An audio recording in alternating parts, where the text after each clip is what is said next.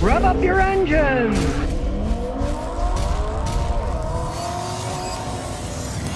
Okay, so it's cold outside and your heater doesn't work.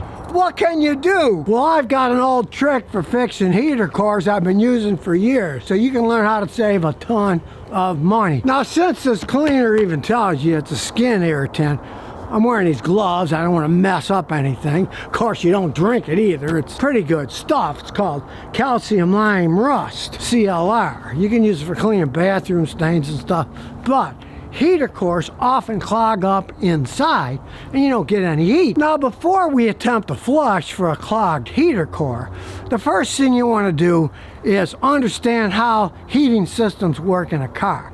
They're pretty simple, at least on an old car like this. The first thing you do on an old car like this is take the radiator cap off.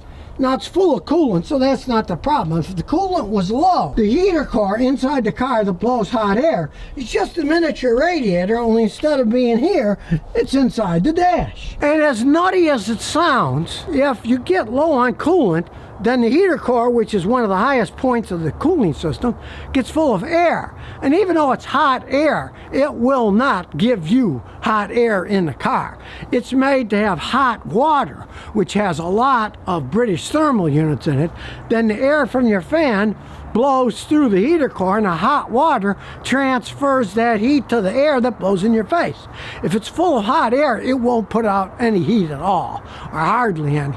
So if you're just low on coolant, that'll make your heater not work. Sometimes it's as simple as that. But in this case, it's full of coolant. So if your radiator is full of coolant, the system's full. The next thing you'd want to check if your heater doesn't work is the temperature gauge on your car. Now, if your temperature gauge always stays way down on the bottom and doesn't get up very high, it should normally run in the middle, then you could easily have a thermostat that's stuck open. Now, in this case, the thermostat's inside the thermostat housing here. There's two bolts that hold it in. You pull it out and you put a new thermostat in.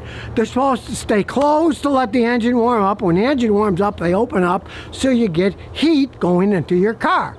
And if your temperature gauge doesn't move much, the reason it's not moving much is because the thermostat's wide open, and when it's cold like today with ice around, you won't get any heat. Simple fix, right? But that's not the case because this car runs right in the middle. So your car's running fine, the temperature's fine, but you got no heat. That often means you have a clogged up heater core, that the heater core won't flow because it's old and it got corroded inside. And if you ever got an estimate for replacing the heater core on a car, some Fords it's well over $1,000. Some Mercedes it's over $2,000. You got to tear the dash apart, buy an expensive part. But if it's clogged, the CLR flush actually works quite well. I've been using it for years and it's totally safe if you do it the right way, like I'm going to show you now. All you have to do is find your heater hoses. There's an inlet and an outlet. Here's one hose and there's the other. They go to the heater core. You just have to remove these hoses. You just get a hose clamp remover tool, like I have. You can use pliers, but I like these tools. They're a lot easier to use. You just put the working end on the clamp and you tighten it down. Then you wiggle it until you pull the hose off. Then you do the same thing on the other hose, the inlet and the outlet. Then there's only one thing you need to do. You need to get what coolant is in there out. So I got this cool little Yantu air pump, right? Just gonna stick it in either side of the heater core and blow the coolant out so it's empty. That should do it. Then, once you blew the coolant out, then it's empty. Get a hose that fits over the heater core, the little metal hose that sticks out. Get a hose that fits on there, and a funnel. Then pour the CLR cleaner in until it fills it up and a little bit comes out the bottom. And then comes the horrible, boring part. You wait. This isn't like gonna do it in 2 seconds. From my experience, if you really want this to work well, you should let it soak about an hour. Then it can loosen up bad pieces that are in it. You don't want to leave it in the system for all that long, for days or something. It's strong stuff, but about an hour. Now, if you want to be conservative, some guys say, put it in for 15 minutes, then flush it out and see what happens. Well, that can of CLR will treat like 3 or 4 heater cores, so if you got to do it over again, you could easily do it over again. But I find if you let it sit an hour, that's pretty good. Then it's time for the garden hose. We just take the funnel out of the hose that we stuck on, stick it in and flush it out. Then take the hose off of that side, that was the right side, put it on the left side inlet, and then flush it that way. So it flushes one way the heater core, and then it back flushes it the other way to get as much of the crud out of the heater core as you can. Because you got to understand one thing. They got little thin tubes in them, and being in the back of the engine, they don't get nearly as much pressure flowing through them as a big old car radiator does. You want to make sure you got all the crud out of the system. No longer attached to the rest of the system since you disconnected the hose, so it's just sitting there itself. And if you're a fanatic, maybe put CLR in again. Let it sit and then flush it out again.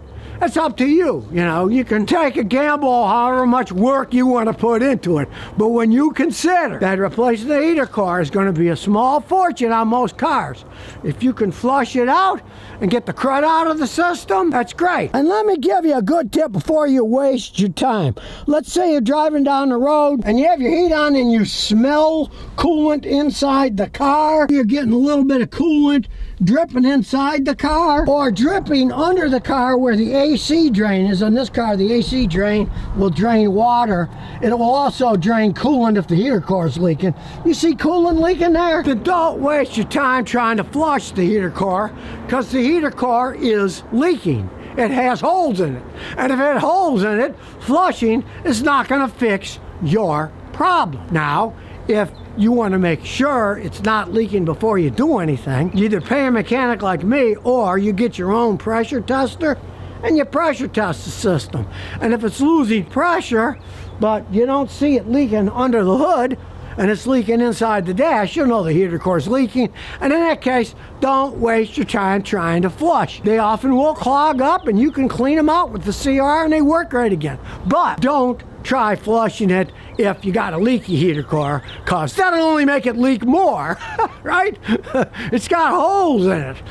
And that isn't a sealer, it's a cleaner. And here's another warning. Let's say your heater core is leaking and you got to replace it, which is going to cost a lot of money. Generally, don't waste your time trying to use radiator sealers for a heater core, because as I mentioned earlier, they don't have that much power of circulation.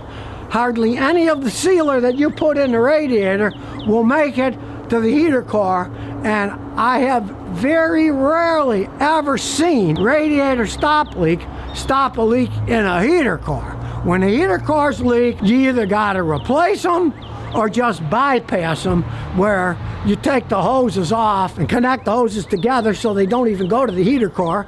And then of course the heater core doesn't have a supply, so it won't leak anymore. But you also won't have any heat either, which most people want heat in the winter, right? But in this case, the heater core is clogged up, and guess what? Because I don't use the car much, right? And when they sit, things clog up, just sitting. You know, cars are made to be driven, not to sit a lot, and we got so many cars, I don't use this much anymore. So the heater stopped working when I went to use it this morning. Now that we've buttoned it back up, put the hoses on, filled it up with coolant, charged up the battery, because it's cold and it's not used much. Let's start it up and see if this baby will put out heat. Here we go. We'll turn the heat on full blast. There's full blast. Turn the AC off. We don't need that anymore. And now we wait for the engine to warm up. It's only been a couple of minutes, but you can see the temperature gauge is starting to rise. And inside the vehicle, check it out. This is my infrared camera on the phone. Look at it. You can see the heat's coming out of the heater. And if you look, it says 115, 116, 117. I gotta say, I have a lot of fun with these infrared cameras. Look at that. I mean, see the heat coming out there? I mean, and it gives the temperature readings. Now it's up to 128. So the heater is fixed, and as you can see, the temperature gauge is going towards the middle, which is normal, showing the thermostat's doing its job. So I do have to say, this AGM phone with the infrared temperature sensor on it, so you got a big old infrared temperature sensor there, it really works well. It's also great for parlor games. You can see who the hottest person in the room is, literally.